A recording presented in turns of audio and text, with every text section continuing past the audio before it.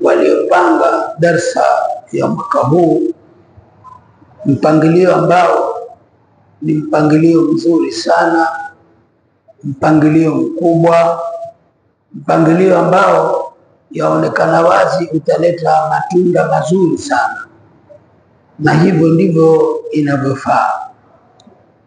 Kwa hakika msikiti huu wetu wa Taqwa una tarehe nzuri sana ya kuweza kuupata mtu mazingatio, napo ni pale tunapokumbuka kwamba darsa hii iliyoko ilitiliwa nguvu sana na almarhum Said Muhammad ibn Sharif Said al-Begi, akawa hawezi kukosekana kulingana na ile tarehe aliyopanga, akawashajiisha wale waliokuwa wameshika msikiti huu ukaa wenda vizuri sana. Vile vile hatuwezi kuwasahau wale wazee ambao ndio waanzilishi, wakawa wamesimama imara katika msikiti wetu huu, kuanzia mzee wetu Maalim Shosi pamoja na mzee wetu Ali Shaushi. Hao ni wazee ambao walikaa imara juu ya msikiti huu, pamoja na kwamba kulikuwa na vishindo vingi na matatizo mengi ambayo ilikuwa yangewezekana msikiti huu utoke katika mikononi wao, lakini wao walisimama imara, wakakaa imara kabisa mpaka ukafika wakati ambapo ndugu yetu ambaye ni mwanachuoni wetu vile vile mwalimu aliyejitolea katika umri wake wote kusimamia mambo ya dini, naye ni Sheikh Ali Karisa, ambaye yeye kujua Uislamu kwake kulikuwa na dhiki, kubaki katika Uislamu kwake kulikuwa na dhiki, lakini hayo yote hayakumsumbua wala hayakumtoa katika njia ya sawasawa, kwa sababu watu wengi hushindwa kukaa katika misimamo yao ya kidini kwa ajili ya dhiki zinazowapata. Wakipatikana na dhiki ukosa msimamo, wakaacha kusimamia mambo ya dini, lakini yeye almarhum alisimamia dini kwa hali ya juu sana, na tuwashukuru sana, tena tuwashukuru sana. Mwenyezi Mungu alimwafikia kabla ya kuuacha ulimwengu huu kwenda katika huu ulimwengu wetu wa milele wa daima wa kubakia. Kabla ya kwenda huko alibahatika kupata watoto ambao waliweza kuyashika yale makamu yake, pamoja na wale ambao walikuwa ni marafiki zake na ni waalimu wenzake ambao walikuwa pia wako chini yake na jua maongozi yake. Na hiyo ndiyo bahati inayofaa mwanadamu apate bahati kama hiyo akiwa katika dunia hii, sio wale ambao wakianza mambo mazuri huwa mazuri ni yao kwa wakati wao, lakini baada ya kuondoka huwa hakuna linalobakia.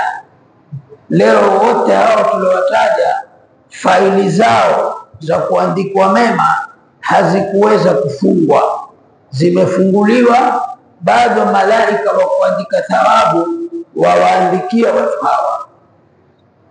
Na kwa bahati nzuri, baada ya msimamo mzuri wa Sheikh Ali Karisa katika kuidumisha darasa hii na kuwashirikisha waalimu wenziwe mahali kama hapa, baada ya kuondoka kwao pia wale walimu hawakuiatilia neema hii ya kuweza kukaa mahali kama hapa, uweze kuwakumbusha ndugu zako Waislamu kwa yale ambayo ni muhimu wayajue katika mambo yao ya dini na ya dunia.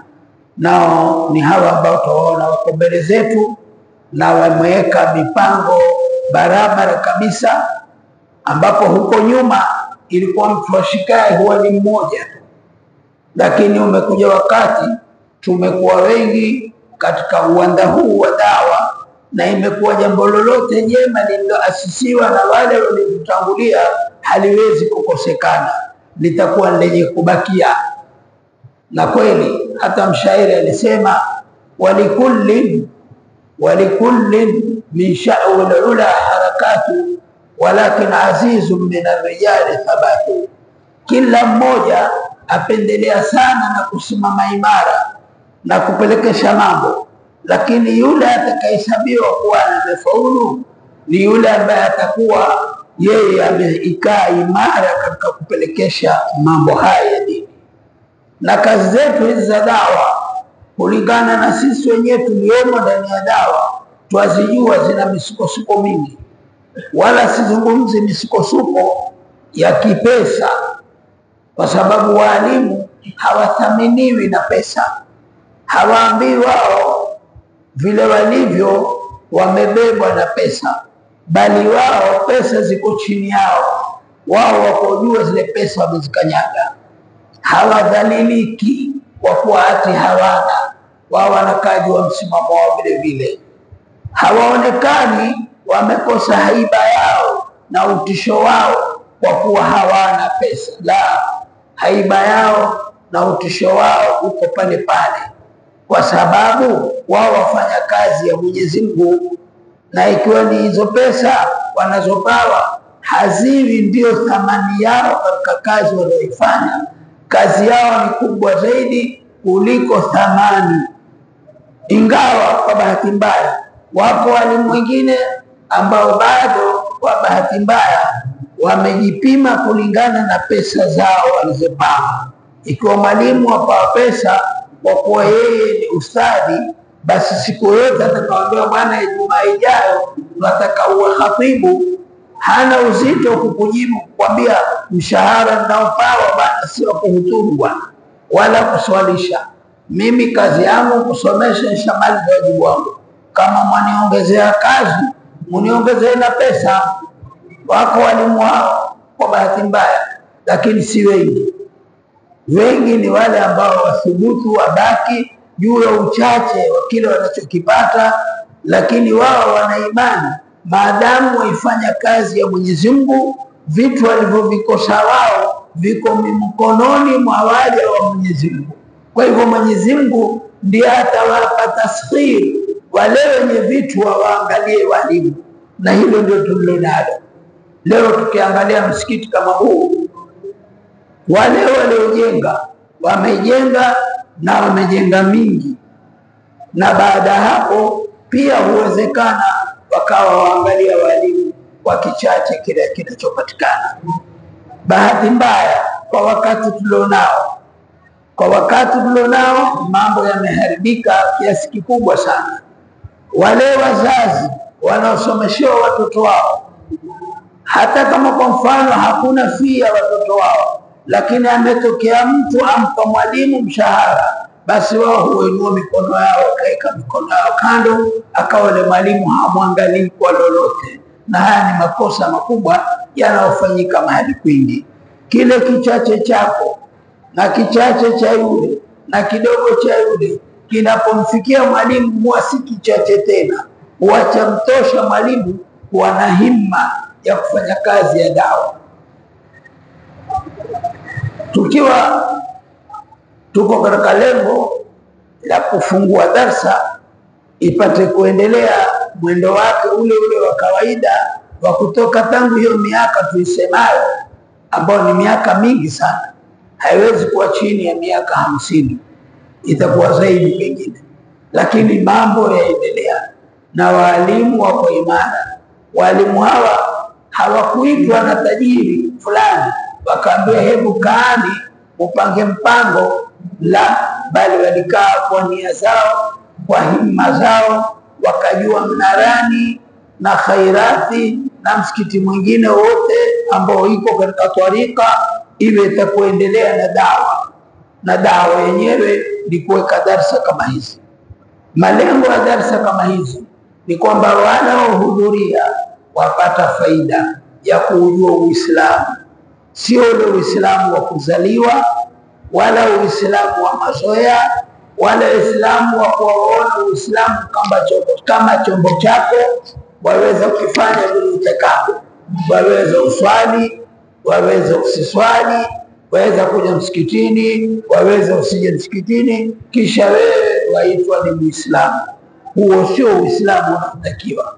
Uislamu unaotakiwa ni Uislamu wa kuhisi kuwa haya mambo ya umma wa Waislamu, mambo ya umma ya Waislamu yote yako juu yako, wala hatubebaiki wala hatuteteleki wala hatupatikani na unyonge au udhaifu wa kuona kuna wengi hawawafahamu kina walimu kina nani, wala hatupati shida tukiona watu hawana bidii ya kusimamia mambo, wala pia hatujioni madhalili wala kuvundika moyo kwa kuona watu wengi wameingia katika mambo ya anasa na nini, misikiti hawaitaki na sina situvundike moyo.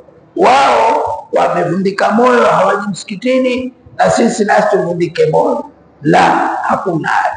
Na ilhali hayo kila wakati yapo. Hakuna wakati kutapatikana watu wawe wote wazuri watupu, hakuna mbaya, hakuna wakati huo, na tutaongojea sana kama tungoja. Kila wakati wako wazuri, wako na wabaya. Tangu wakati wa Mtume Muhammad sallallahu alaihi wasallam, haikutoshi wewe kujua kuwa Mtume Muhammad sallallahu alaihi wasallam mtu alikuwa adui yake zaidi ni ammi yake. Haikutoshi wewe hapo hapo tena ukamkuta ammi yake mwingine Abu Talib, naye hakukubali Uislamu kiurahisi, lakini alikuwa yuko juu ya msimamo kumlinda mtoto wa ndugu yake imara kabisa. Akajiwa na Makureishi wakamwambia, mzuie mtoto wa ndugu yako, ukiwa washindwa tupe ruhusa, sisi tutamzuia. Yeye mwenyewe akasema, bisa ma tatlubun, bisa ma tatlubun, jambo baya hilo ambalo mlitaka la kuwa mimi niwache nyinyi mumtese mtoto wa ndugu yangu. La, pamoja na yote alibaki hivyo hivyo. Na haya ndio yalikuwa hata wakati wa maswahaba, hata wakati wa Mtume mwenyewe akilingania, akiueleza Uislamu, walikuwako waliomtesa mpaka ikapatikana Isra na Mi'raj kwa kupumbaza Mtume Muhammad sallallahu alaihi wasallam. Baada ya dhiki alizozipata akatoka kwenda zake Taif.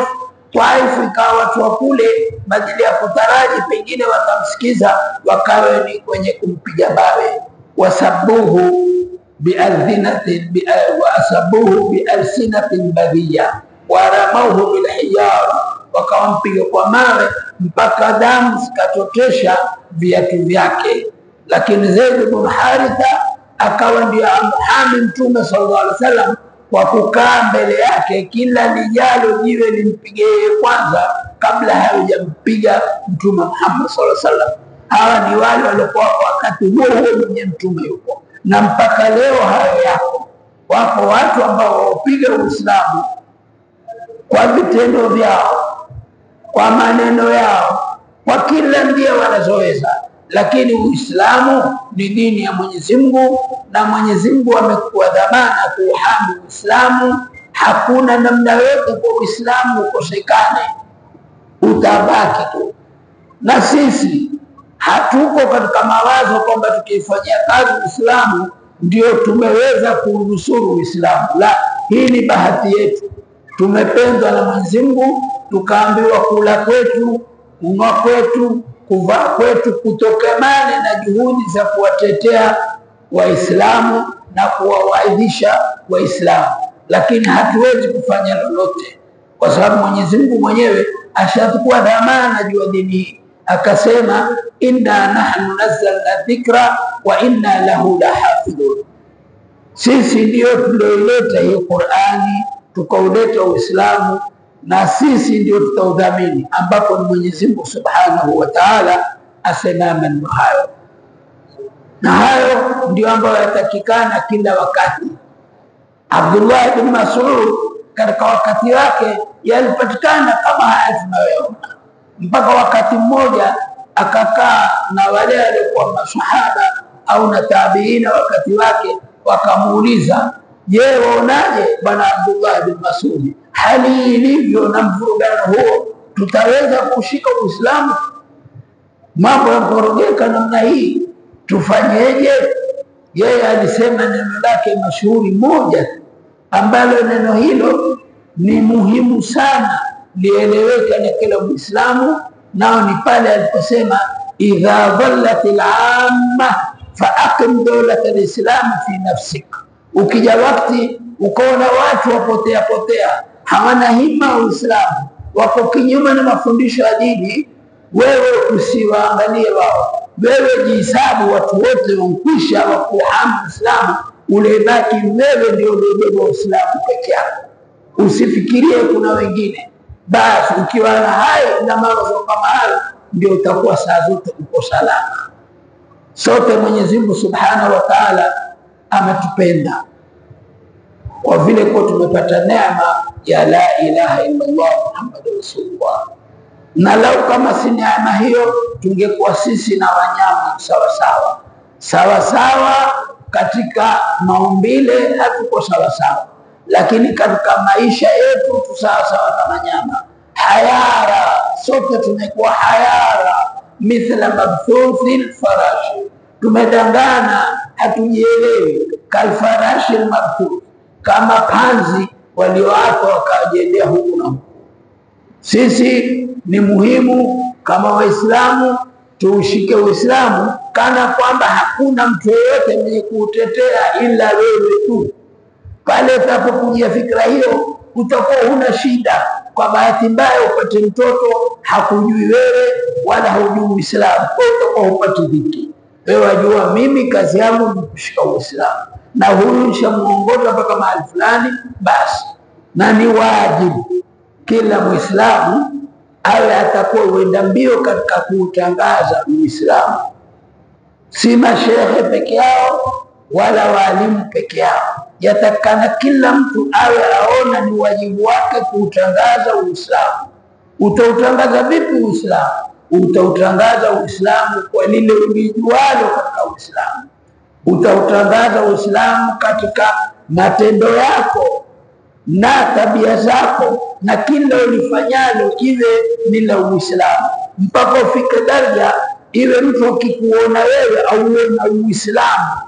Ufike daraja uwe kama Sayyidina Abdul Qadir Jilani aliposhika Uislamu, ilikuwa hamkabili kafiri yoyote, ila kafiri husema la ilaha illa Allah Muhammadur Rasulullah, kwa ile nuru ya Uislamu alionao, na vile kuwa yeye amejiweka mbali na ya kumuudhi Mwenyezi Mungu na madhambi. Saa zote uko katika dua, saa zote ajipika awe yeye ni nani katika Uislamu, bali yeye awe ni mtu muhimu kabisa.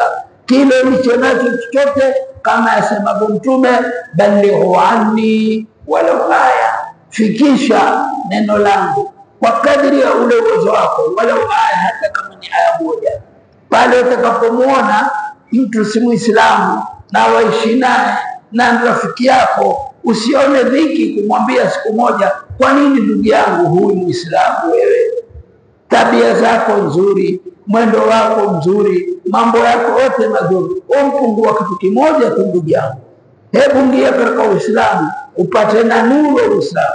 Sasa wewe hapo ulipo umepata nuru ya binadamu, umekaa mwanadamu, na Uislamu ni ubinadamu.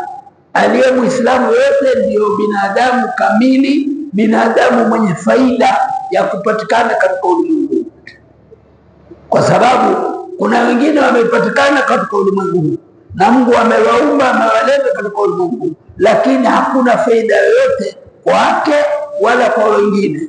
Hajui mazuri wala hajui lipi la kufaa na ambalo halifaa. Yaishu kalhayawan, waishi kama mnyama. Limufurahishalo leo lawezekana kesho likawa la kumuudhi, na lile limuudhi ambalo la muudhi kesho kuta likabadilika likawa la mfurahisha. Hana muongozi wowote wa kumuongoza yeye. Ama sisi Waislamu tuna muongozi, na muongozi wetu ni Mtume Muhammad sallallahu alaihi wasallam, na akatuachia na kitabu chetu ambacho ni Qur'an Karim. Qur'an Karim ndio inayotupeleka mbele mpaka tukaona tuwapata faida mbalimbali kwa kushikamana.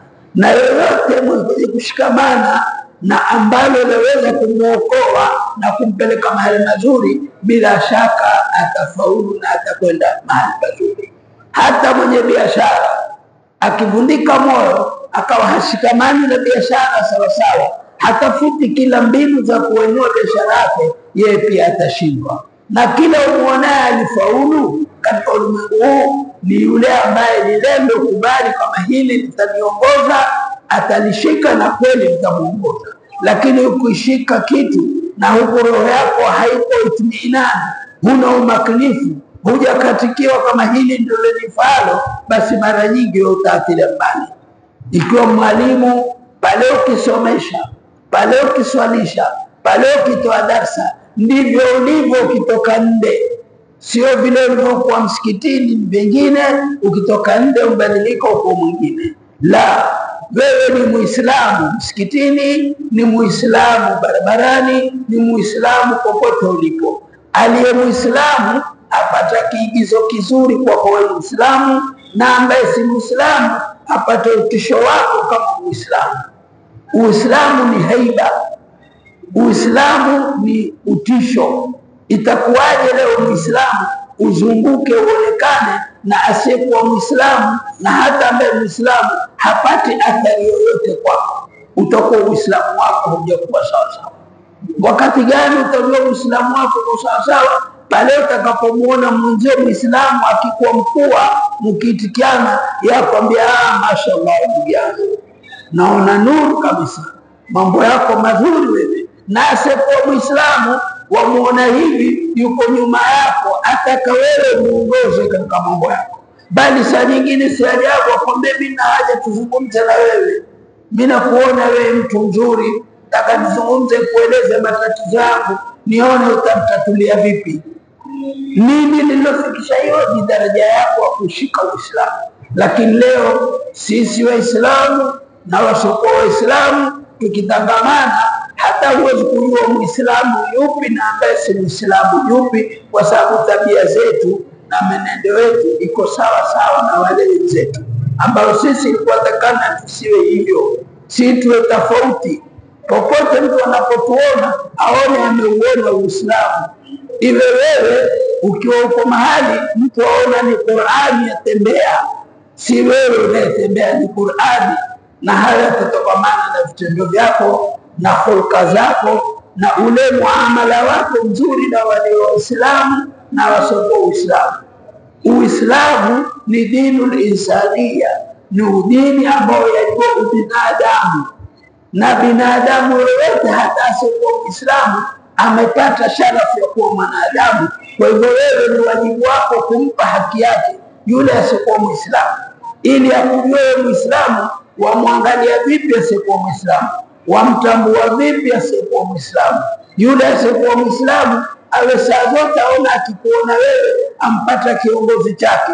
Na walillahi alhamd, wangapi waliosilimu bila kutumiwa upanga, bila kutumiwa kelele wala fujo, walisilimu kwa kuona zile khuluka nzuri, kama tunavyopata kupokea kwa sharifu wetu maarufu Sheikh Said al-Bedi. Wakati alipokwenda Uganda akawaona wale watu walioko kule, Waislamu walioko, akawauliza mbona Waislamu kidogo?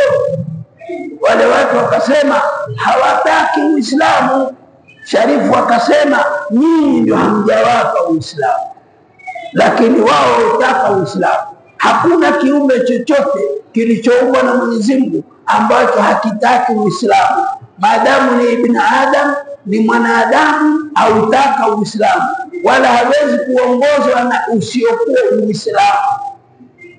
Na wale walioshikamana na ambao si Uislamu, namna anapokwenda huenda wakagonga mbele, wakaona hakuna kitu kifaacho isipokuwa na Uislamu, wakarudi wakatamka shahada, wakani Waislamu bora, wenye maana, wenye kuleta mabadiliko katika ulimwengu. Leo ni wangapi walioingia katika Uislamu hawakuzaliwa ndani ya Uislamu, lakini wameleta athari kubwa kabisa wameleta mwamko mkubwa kabisa, wana madarasa yao, wana mambo mazuri mbalimbali ya kuwafanya wasiokuwa Uislamu wajue Uislamu. Hayo yote katika rehema Mwenyezi Mungu Subhanahu wa Ta'ala, na sisi ni wajibu wetu tufanye bidii vyovyote tujione tumefuata Uislamu kama ipasavyo. Hiyo ndio ngome yetu na hicho ndicho kitu chetu cha kushika. Bushra lana maashara al-Islam inna lana min al-inayati ruknan ghayra munhadid.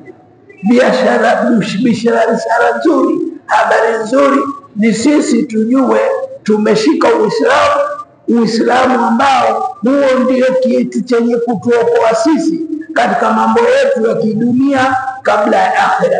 Katika dunia yetu hatuwezi kufaulu kama hatujoshika Uislamu, na wale waliofaulu wote huko nyuma tangu maswahaba mpaka tabiina mpaka wengine walifaulu wakaweza kupeleka Uislamu tangu kutoka Maka na Madina ukaweza kwenda mpaka ukaingia Afrika, ukenda mpaka ukaingia Europe, ukenda mpaka ukaingia Hindi huko. Na hao ni masahaba waliojitolea kwenda. Lakini jiulize wewe, mpaka dakika hii, kwa miaka hiyo ulionayo, umejitolea kiasi gani? Umeupeleka Uislamu ulionao mpaka wapi? Watu wameweza kuongoka kwa ajili yako kiasi gani?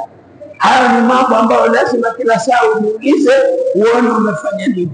Na pale utakapofaulu ukaona kweli umeweza kutoka ukaenda kwa utangaza Uislamu, ukaupeleka Uislamu huku na huku, ndio wewe utafanana na wale masahaba wa Mtume sallallahu alaihi wasallam.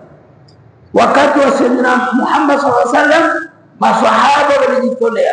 Wakati wa Sayyidina Abu Bakar masahaba walijitolea. Watu wakakubali kumalizika ili waliobaki wabaki.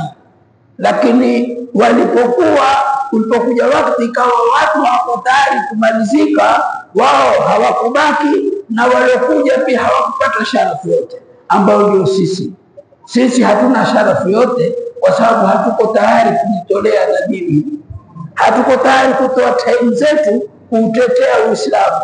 Hatuko tayari kujitolea kwa chochote tulichonacho, hata kama ni ule wakati wako. Kama huna mali lakini una neema kubwa na ni wewe mwenyewe, kwenda mahali ukaone wenzio ambao hawako Uislamu, ueleze Uislamu, mazuri ya Uislamu, na wewe mwenyewe upambike na Uislamu, uone namna gani.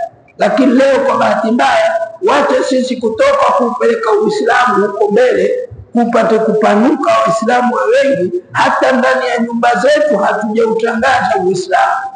Ndani ya majumba yetu ni muziki na starehe, na watu kwa hawana mpango, ndivyo wanavyoishi. Mpaka vizazi vyetu tunavyovitoa vienda kulingana na vile sisi tulivyokuwa tunaobeba ule Uislamu. Hawaujui Uislamu na hawatujui sisi. Lao tungewafundisha Uislamu wangetujua sisi.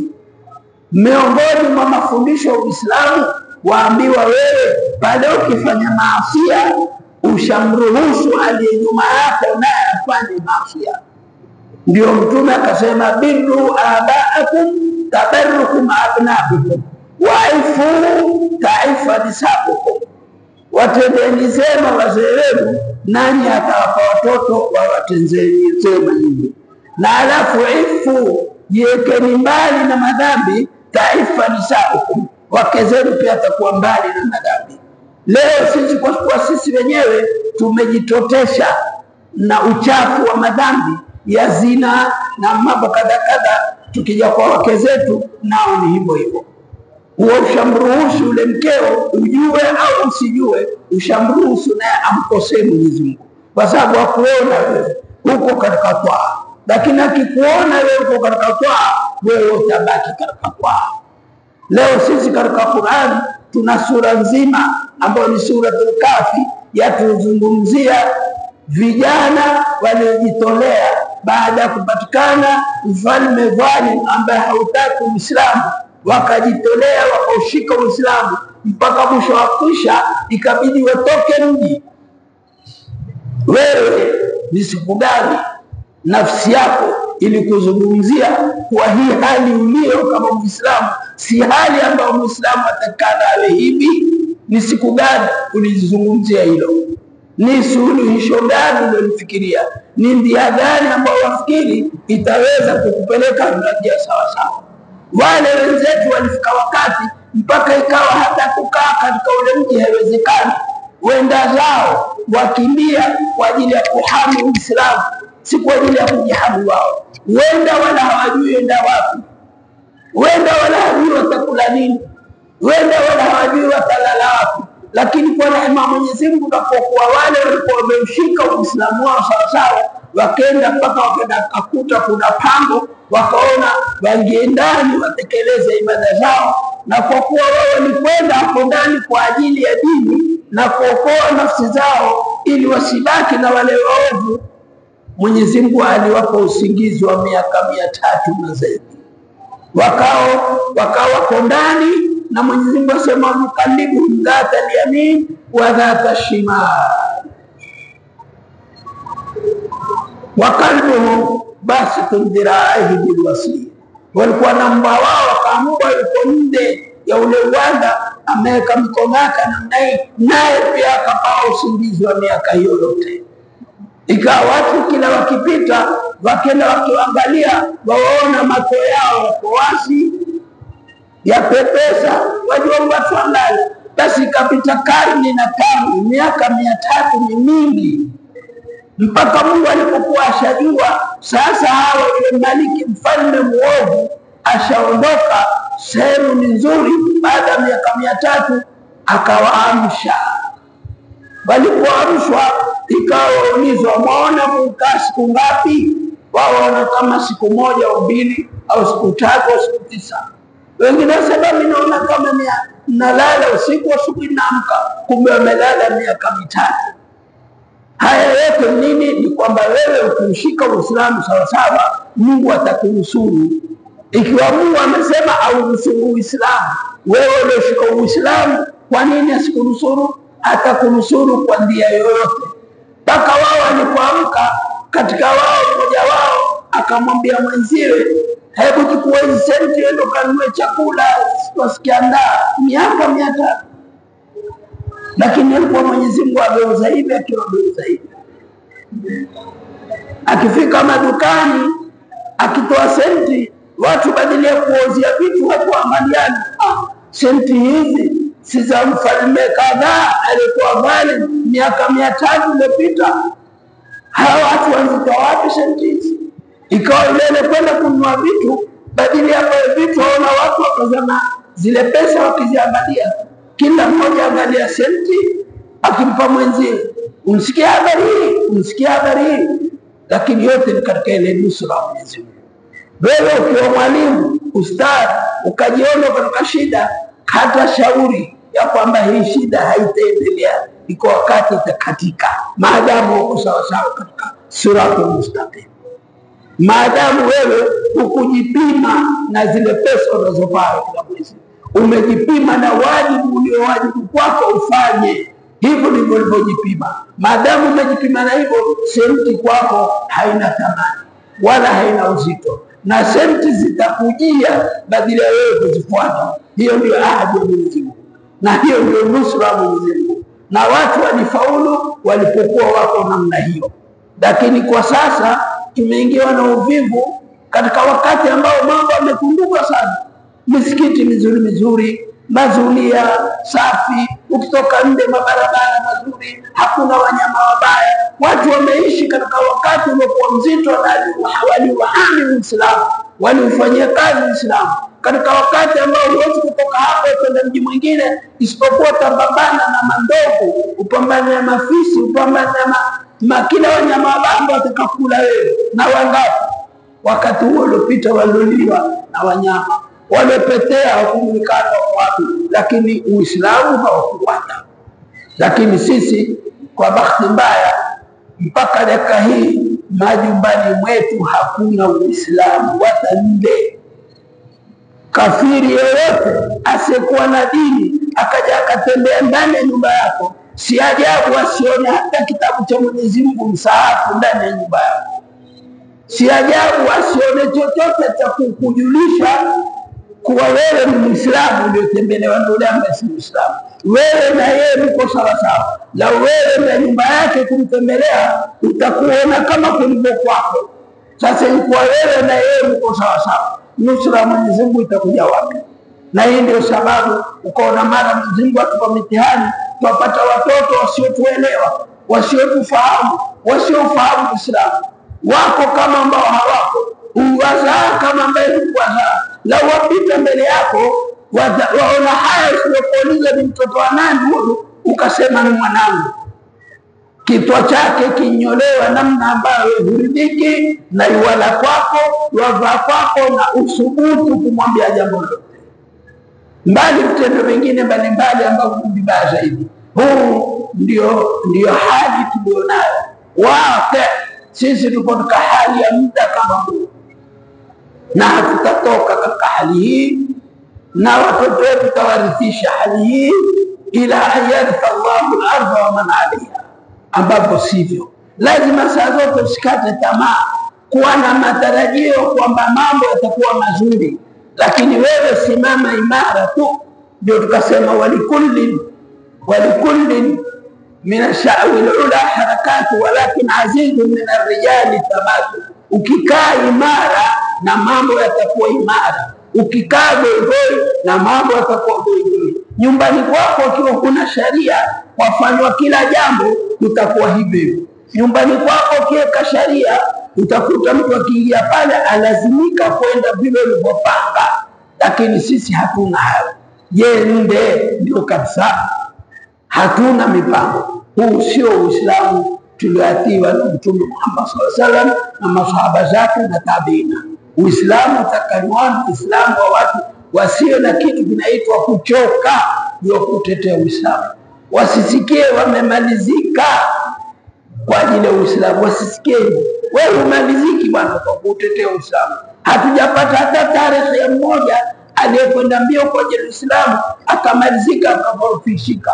Kwanza atakorofishika vipi? Na yeye thamani ya kitu hakuna kwake, thamani yake ni ibada zake tu na kwenda mbio kwake. Kwa hivyo tunataka inshallah taala, kwa kuwa leo ni kama ufunguzi wa darsa, tunataka darsa yetu ya Ramadhani ilete mabadiliko, haswa kwa vile tuko katika Ramadhani. Ramadhani yenyewe yaleta mabadiliko kwa kitabia ya binadamu. Tabia ya binadamu, ukifika wakati wa Ramadhani, kuna wengine haswa, wengine ana kanzu yake mpaka ya Ramadhani yaifutafuta, aipige pasi ajionda za msikitini. Pengine ana kofia yake haiweji ya Ramadhani. Maanake mwezi wa neema, mwezi wa baraka, mwezi wa mafanikio, mwezi ya kuwa watu hawajali chochote. Mwenyezi Mungu Subhanahu wa Ta'ala alipotupa somo, na somo hii ni umma wote uliopita ulikuwa na somo. Kila umma uliokuja wa Musa, wa Yusuf, wa Isa, wote walikuwa wakifunga. Sisi nasi tukaambiwa tuambiwe nasi pia tufunge. Mwenyezi Mungu amefanya hii Ramadhani tufuata mwendo ule uliopita kwa wale umma wengine walifunga, na sisi tunaambiwa tufunge. La'allakum tattaqun, kwa kutaraji nyinyi huenda mkamcha Mwenyezi Mungu. Na kumcha Mwenyezi Mungu ni kukaa mbali na ni kukaa mbali na maasi. Sikuswali alafu ukitoka nje ufanye maasi, huja kuwa mcha Mungu. Sikuswali na kuingia msikitini na kusoma Qur'ani, ukitoka nje mgongo mkubwa, hakuna kama wewe. Sio unge ndani ya msikiti uonekana rakaa zesha warukuu kisujudu, lakini ukitoka na msikiti ulifanywa ni mahali pa kukuzidisha chaji ya ibada, ya kuzidisha chaji ya uzuri. Ukitoka hapa uwe tofauti na umetoka hapa na ule ambaye hakuingia hapa. Usiwewe ngia msikitini, ukitoka nje yule yuko nje asema afadhali mimi ambaye singi msikitini kuliko wewe unaiswali. Wewe waswali kisha sema urongo na mnei, na jana ninapoona kadha waswali nini wewe? Watu waambiwa hivyo, na wale Waislamu na hata wasio Waislamu. Lakini utakuta watu wa sawasawa wasio Waislamu wakizungumza na Waislamu wenyewe wasema si tu wajua ni Waislamu. hamuna mambo ya urongo. Sito wajua ni Waislamu watu imara, kila kitu mmeshikilia barabara, hamurudi nyuma, saa zote mko imara katika kuangalia mambo ya umma wa Kiislamu, hamuchoki katika ibada kama ambavyo hamchoki katika mambo ya kutafuta dunia yenu. Kwa hivyo sisi inshallah taala darasa yetu tutaendelea kama kawaida. Sisi letu ni ufunguzi, na tukipata nafasi tutapita tuseme maili matatu, huenda ngaa zile nyoyo ambazo zimepatikana na ubaridi ziweze kupata ngaa joto ya utiifu kumtii Mwenyezi Mungu Subhanahu wa Ta'ala, kwa sababu ni wengi ambao wapatikana na upotevu wakawa hawana himma ya ibada. Mimi, wewe na mwingine yote, sote ni aina moja. Nafsi ni ile ile, an-nafsu tamaa awidha al-qanaa. Nafsi ni yenye tamaa, wewe izowezeshe kukinani, lakini tabia yake ile nafsi ina tamaa. Nafsi yataka zaidi, hata ukipata namna gani akwambia bado, wewe izoweze kutosheka. Mwambie basi bwana, warawadatu aljibalu shumu min dhahabi faabaha ayyama shamami. Mtume sallallahu alaihi wasallam aliambiwa, kwani kutangaza vitu na mambo kwenda ni pesa? Kama pesa sitokujalia majabali mawili haya yawe dhahabu. Akasema la, sina haja. Ayyama shamami ni utukufu ulioje Mtume Muhammad sallallahu alaihi wasallam. Kwa hivyo inshallah taala, kama tunapokuja msikitini tukapangana laini, tuwe tukitoka nje na nyoyo zetu pia ziko hivyo hivyo. Isiwe hapa tuswali laini moja, bega kwa bega, kidole kwa kidole, lakini tukitoka ashtata, tuko mbalimbali, hatupendani. Hakuna mtu apendaye mwenziwe jambo lake zuri, bali likiwa zuri ushateseka, huna raha wewe. Mwenyezi Mungu atuongoze, na inshallah taala Mungu atatupa yaliyo mazuri zaidi. Tutamwatia ustadhi naye atazungumza atakaozungumza, na ende ajua kipimo cha darsa kufungwa sanga. Wassalamu alaikum warahmatullahi wabarakatuh.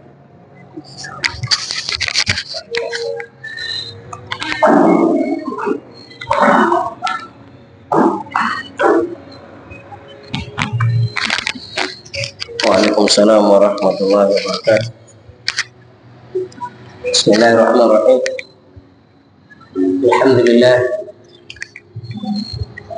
الحمد لله رب العالمين، والعاقبة للمتقين، ولا عدوان إلا على الظالمين، والصلاة والسلام على سيدنا محمد وعلى آله وأصحابه وتابعين لهم بإحسان إلى يوم الدين. Amma baad,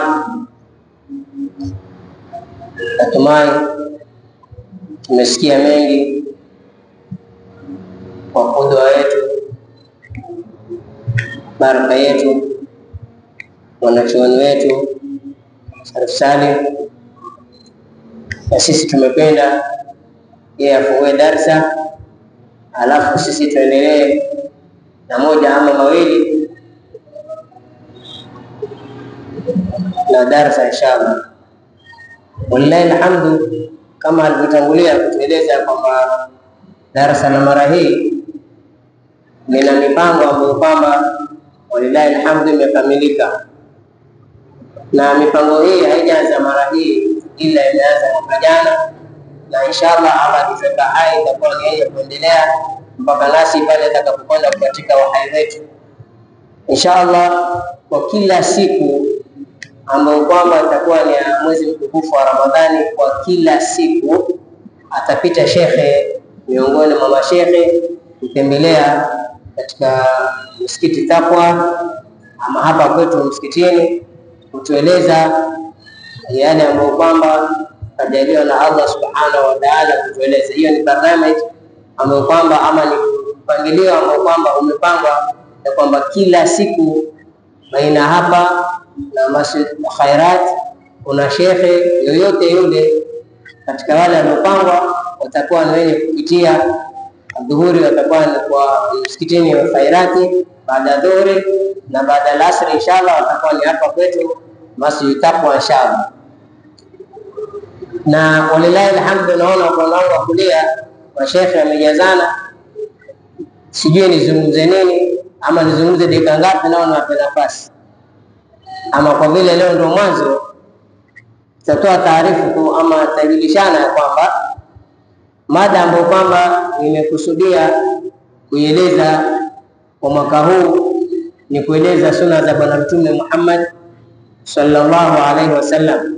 Inshallah kuanzia leo tarehe 1 mpaka pale Ramadhani atakapokwenda kukatika, sitakuwa na mada nyingine nitakayozungumza, ila kila siku nitakuwa ni mwenye kuzungumzia sunna za Bwana Mtume Muhammad sallallahu alaihi wasallam, kwa sababu nimeangalia kwa muda mrefu, nikapiga darubini kwa muda mrefu, nikachunguza kwa muda mrefu, ni kwamba sisi hatuna haja na sunna kabisa.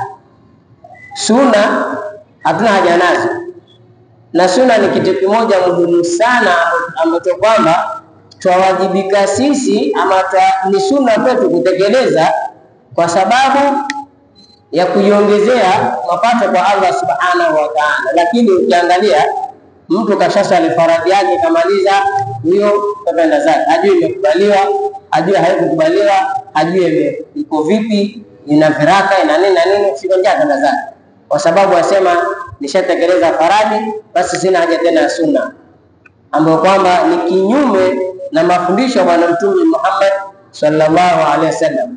Allah subhanahu wa ta'ala akatokea faradhi na Bwana Mtume Muhammad sallallahu alaihi wasallam akatokea sunna. Hakuna ibada yoyote ambayo kwamba mwanadamu anakwenda kutekeleza ibada ile inakosa sunna ndani yake, hakuna kabisa.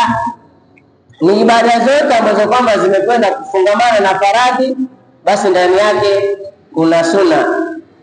Wanawajibika kwamba tunapotekeleza faradhi tunawajibike kutekeleza na sunna, ili yale mambo yawe yenye kuoana, yawe yenye kushikana kwa pamoja, yaende kwa Allah subhanahu wa ta'ala. Haitawezekana kwamba ukishatekeleza faradhi basi wacha na sunna uende zako, itakuwa ni wenye kuwa na upungufu. Ibada iliyotekeleza haitakuwa ni yenye kukamilika, kwa sababu ibada zenyewe tunazozifanya zina viraka. Sasa ile sunna tunapokwenda kutekeleza inakwenda kujaza pale mahali ambapo kwamba pamekwenda kuingia kiraka, pamekwenda kuingia doa, inasafisha, inakwenda kwa Allah subhanahu wa ta'ala ikiwa iko sawa. Mimi nitapitisha kipaza sauti leo, sikupanga kuzungumza, ni taarifu tu, kwa sababu tumeambiwa sunna ni nyingi, kathiratun, ni nyingi sana.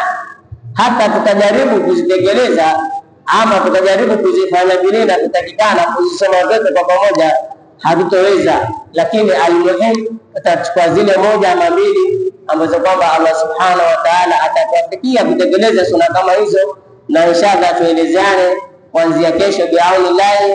Allah subhanahu wa ta'ala akituwezesha kuanzia kesho tutakuwa na kutekeleza ama kueleza maudhui yetu ya sunna kuanzia pale tulipopanga, inshallah pale mpaka pale Allah subhanahu wa ta'ala atakapokwenda kutupa kwa ndio mwisho, basi inshallah tutakomea hapo. Inshallah tutapeleka kwa sauti kwa Ustadh Al-Bujra, naona ametuandalia visa vya Mtume sallallahu alaihi wasallam mbalimbali. Kwa hivyo inshallah tutapeleka kwa sauti kwa dakika hizi ambazo kama zimebakia, inshallah awe ni mwenye kuendelea na sunna na kipindi chake cha maudhui ya visa inshallah. Karibu sana. Bismillahirrahmanirrahim. Assalamu alaykum wa rahmatullahi ta'ala wa barakatuh. Alhamdulillah al-mahmud asla wa abadan, al-ma'bud al-maqsud da'iman sarmadan, al-mujzil liman ata'ahu wa ata'ahu wa madadan, yaghfiru dhunub wa yasturu al-'uyub wa yufarriju al-kurub wa yakunu lil-mu'minina marja'an wa sanada. Wa ashhadu an la ilaha illa Allah wahdahu la sharika lahu alladhi lam yazal ilahan wahida fardan samada.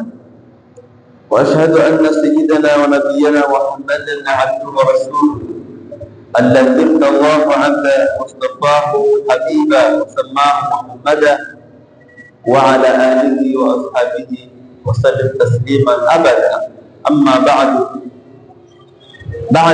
ya kushukuru Mwenyezi Mungu Subhanahu wa Ta'ala, pamoja na kumtakia rehma na amani Mtume Muhammad sallallahu alaihi wasallam, zangu Islam, hatuna budi kurudisha shukrani kwa Allah Subhanahu wa Ta'ala ambaye kwamba amekwenda kutupa umri kuweza kufika tena katika mwezi mtukufu wa Ramadhani, tukiwa tuko siku ya mosi au siku ya kwanza ndani ya saumu. Hii ni katika neema ya kumshukuru Allah Subhanahu wa Ta'ala kwa wale ambao kwamba wameweza kufikiwa na mwezi mtukufu wa Ramadhani na wakawa wanao uwezo wa kuweza kufunga mwezi kama ule. Sisi letu ni kushukuru Allah Subhanahu wa Ta'ala kwa kusema alhamdulillah, kwa sababu Ramadhani, ndugu zangu Waislamu, ni neema ya Allah Subhanahu wa Ta'ala ambao kwamba amekwenda kumneemesha yule mja, na yajibu an yashkura, lazima yule mja au yule Muislamu au mu'min ni lazima awe ni mwenye kumshukuru Allah Subhanahu wa Ta'ala. Wa kaifa nastakbiluhu, na namna gani ambapo kwamba atakuwa ni mwenye kupokea mwezi kama ule. Na kwa kuwa ni mwezi ambao kwamba ndani yake una faida nyingi, una neema nyingi, lazima mimi na wewe ama yule ambaye kwamba ni muumini, ni Muislamu, basi ajiandae, ajitengeze namna ya kupokea mwezi kama ule, kwa sababu ni mwezi mtukufu, ni mwezi ambao kwamba ndani yake una faida nyingi. Na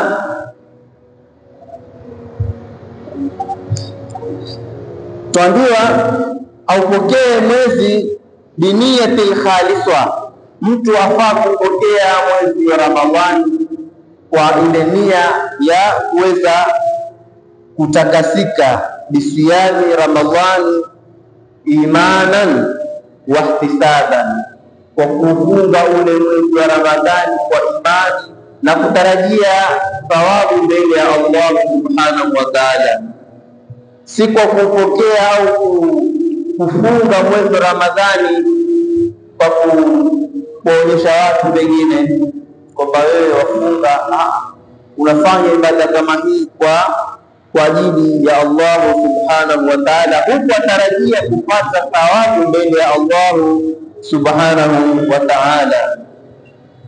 Na vile vile kutekeleza ibada kama hii, ibada ya funga, kwa kujua zile ahkamu Ramadhan wa kulli ma yataallaqu bihadha ash-shahri al-fadil, na kwa kila ambacho kwamba cha fungamana na huu mwezi mtukufu wenye fadhila kubwa, wenye fadhila nyingi.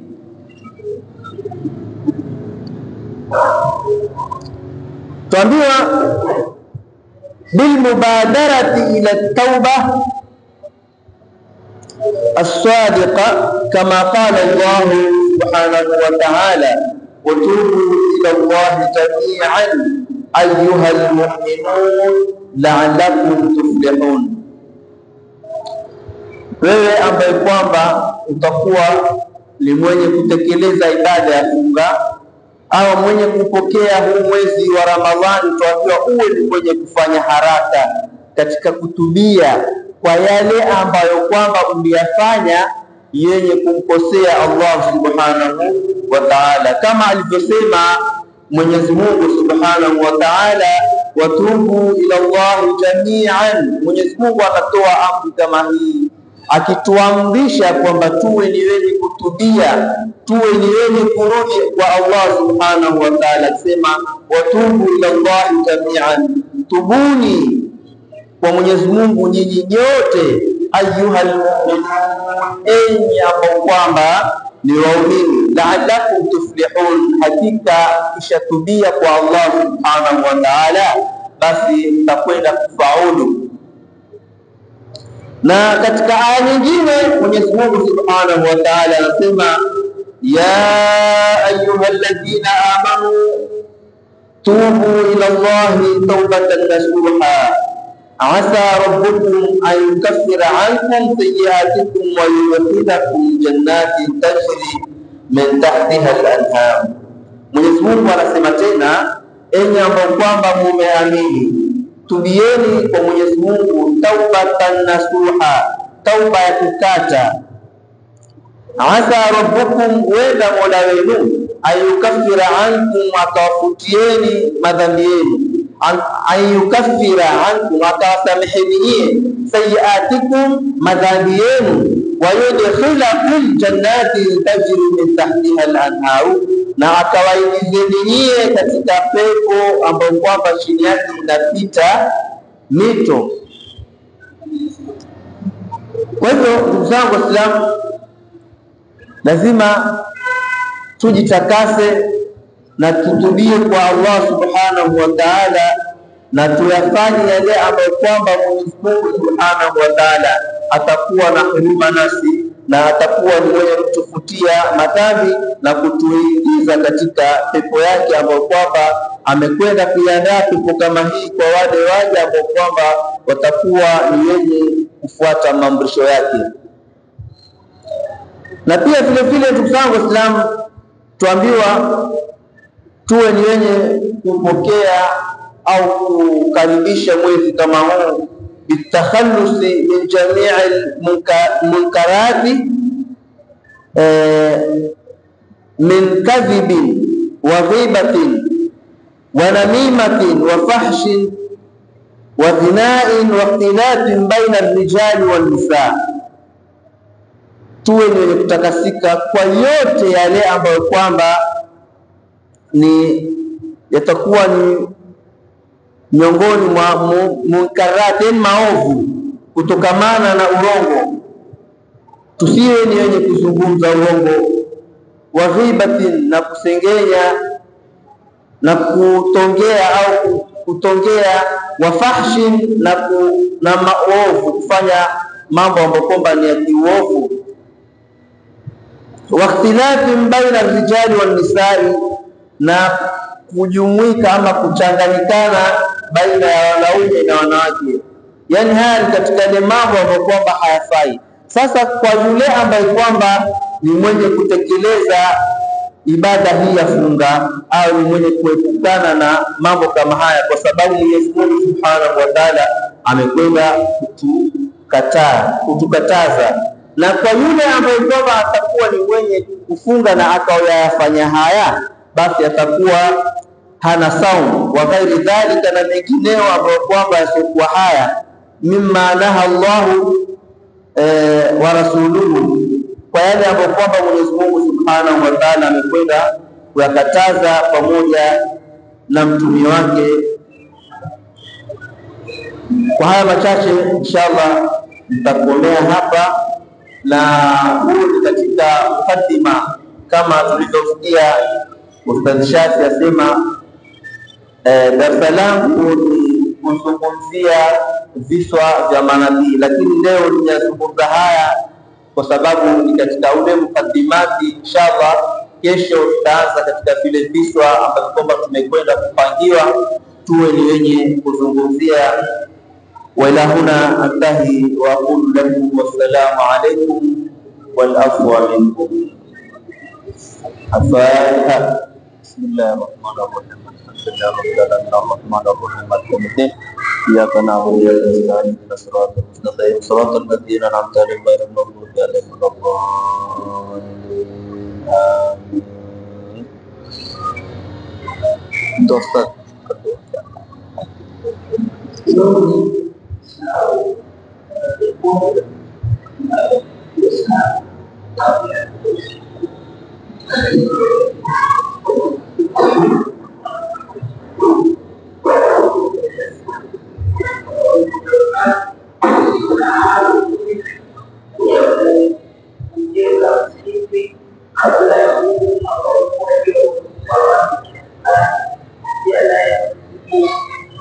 Amjali walipo, yumaye kwema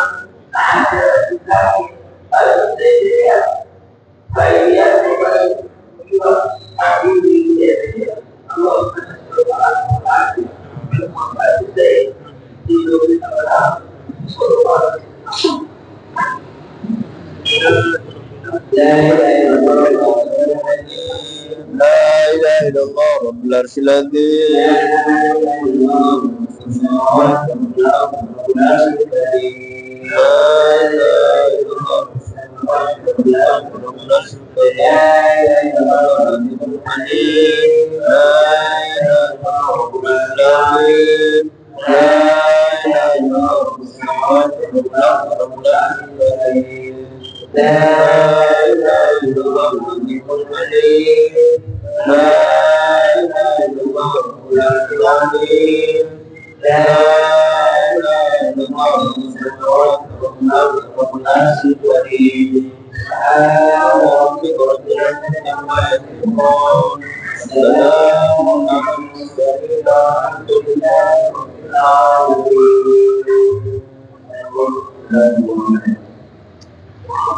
Sudah, tena pagkawisyo.